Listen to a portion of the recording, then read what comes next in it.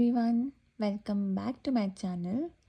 तो आज के वीडियो में हम पढ़ने वाले हैं स्कैटरिंग ऑफ लाइट के बारे में।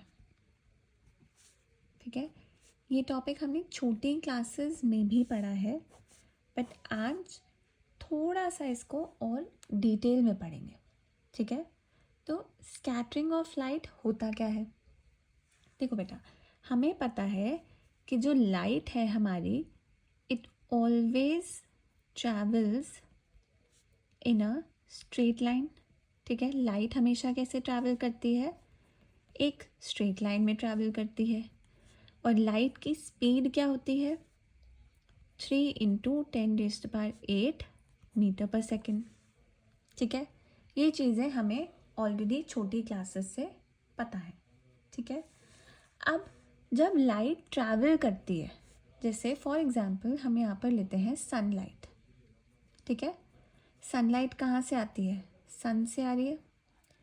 अब जब वो सन से आ रही है, वो ट्रैवल कर रही है, तो इस बीच में एनवायरनमेंट में क्या है? बहुत सारे छोटे पार्टिकल्स हैं, कुछ बड़े भी हैं, पर छोटे पार्टिकल्स हैं। जैसे फॉर एग्जांपल छोटे पार्टिकल्स क्या हो सकते हैं? हमारे डस्ट पार्टिकल्स, हमारी वाटर ड्रॉपलेट्स। ठीक है, ये जो छोटे छोटे पार्टिकल्स से जैसे ही रेज ऑफ लाइट स्ट्राइक करती हैं, तब क्या होता है? स्ट्राइक करके क्या होगा? अपना डायरेक्शन चेंज करेगी। जैसे फॉर एग्जांपल ये रे ऑफ लाइट इस पार्टिकल पे स्ट्राइक करी। अब क्या किया इसने? कुछ स्ट्रेट से तो डायरेक्शन कहीं ऐसे चली गई। ठीक है, अब यही रे ऑफ लाइट इधर आ रही है, ये भी क्या करेगी? कहीं और चली जाएगी। ठीक है, तो मतलब जैसे ही रे ऑफ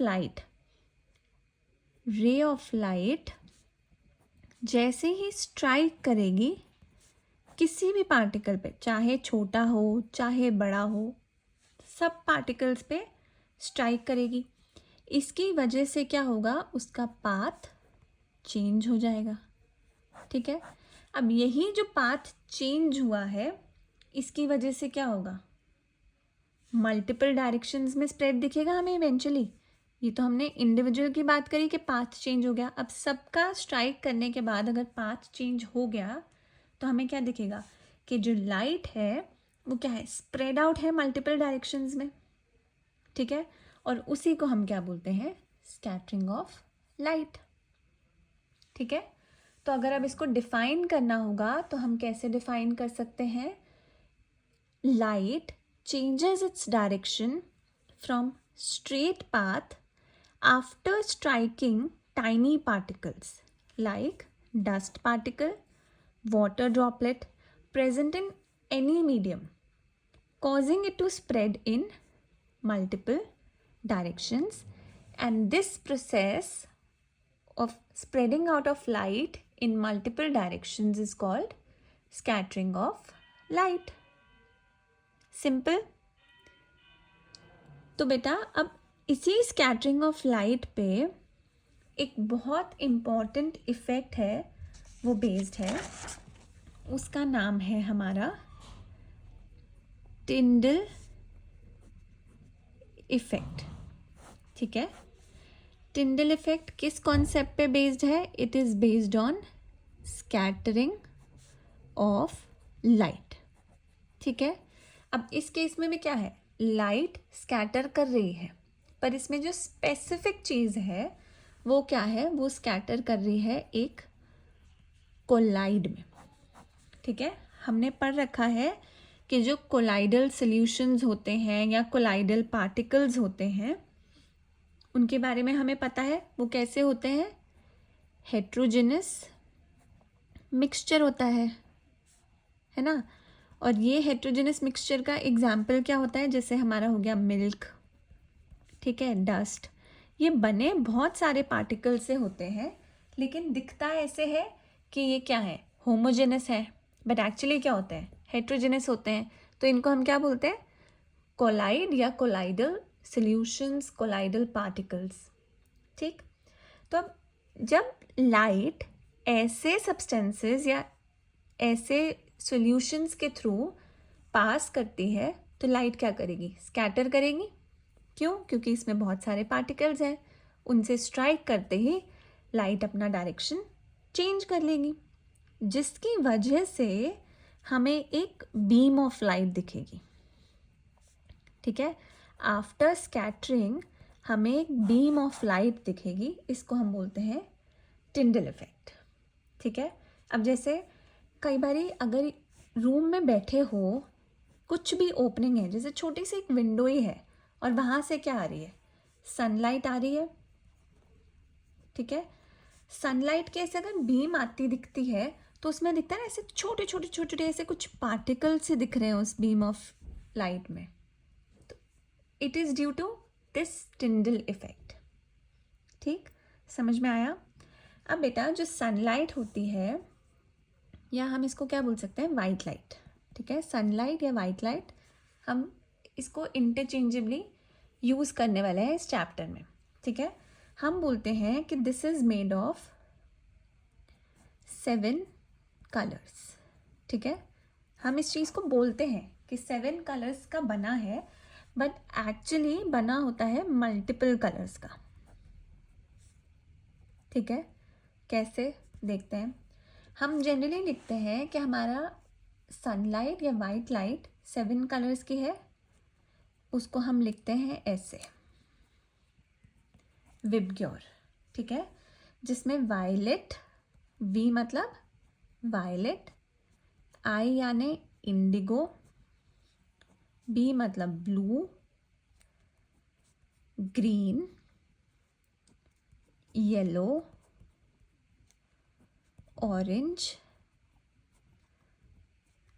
और रेड। ठीक है, ये क्या है, हमारे 7 कलर्स हैं।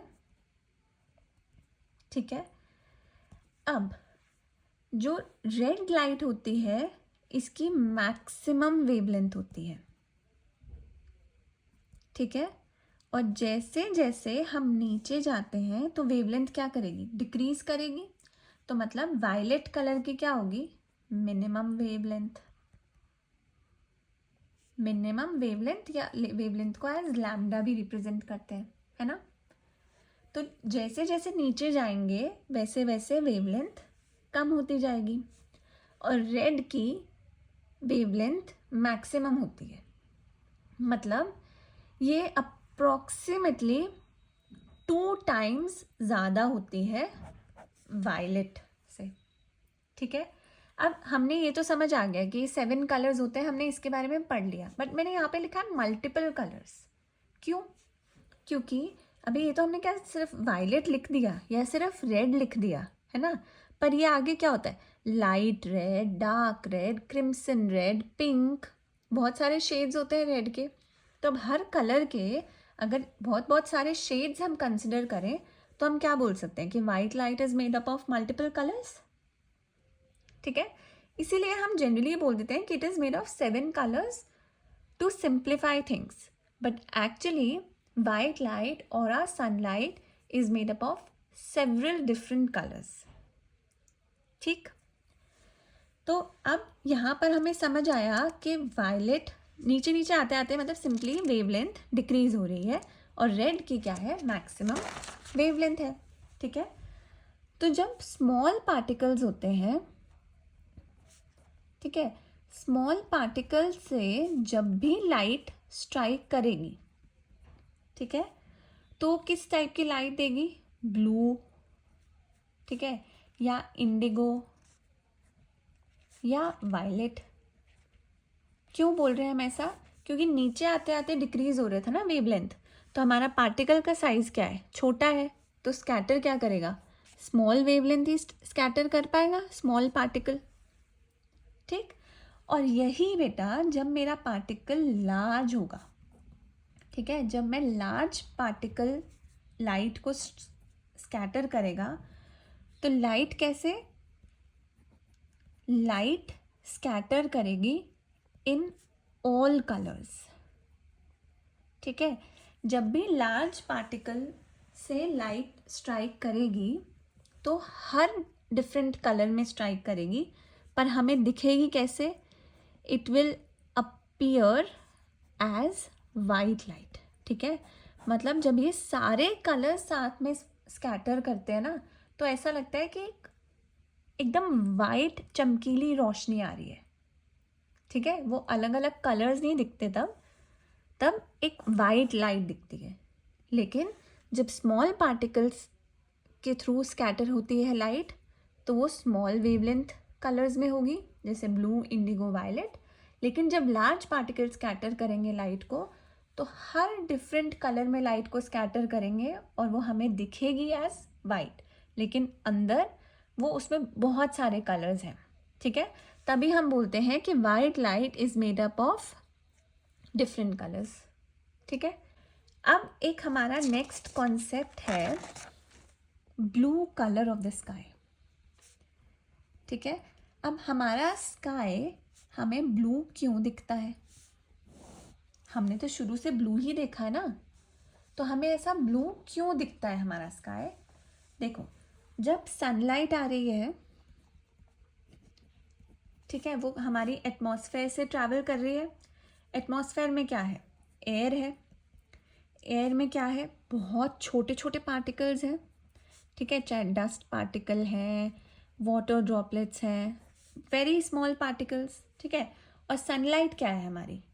वाइट लाइट है। तो अभी हमने क्या पढ़ा था कि जब भी स्मॉल पार्टिकल से स्कैटर होगा तो लाइट कैसे स्कैटर होगी? शॉर्ट वेवलेंथ में, है ना।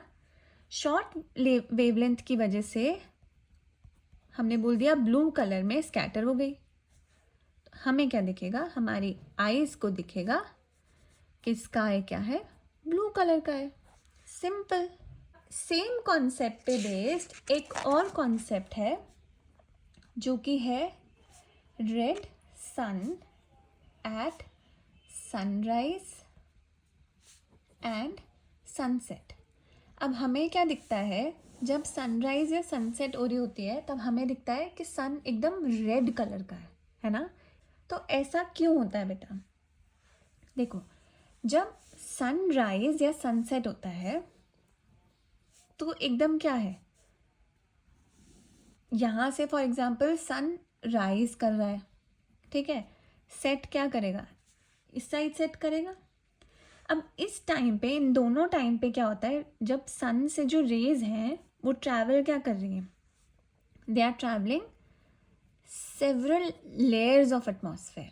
हमारे एटमॉस्फेयर की बहुत सारी लेयर्स हैं, तो वो सेवरल लेयर्स ऑफ एटमॉस्फेयर को ट्रैवल करके आ रही हैं, ठीक है। अब इतना लंबा डिस्टेंस इनको ट्रैवल करना है, इस बीच में स्मॉल पार्टिकल्स आएंगे, ठीक है। स्मॉल पार्टिकल्स आएंगे तो वो स्कैटर क्या करेंगे? शॉर्ट वेवलेंथ, ठीक है। शॉर्ट वेवलेंथ यानी ब्लू कलर। अब ब्लू कलर हमारा स्कैटर हो गया, ठीक है, स्कैटर होना शुरू हो गया हमारा ब्लू कलर।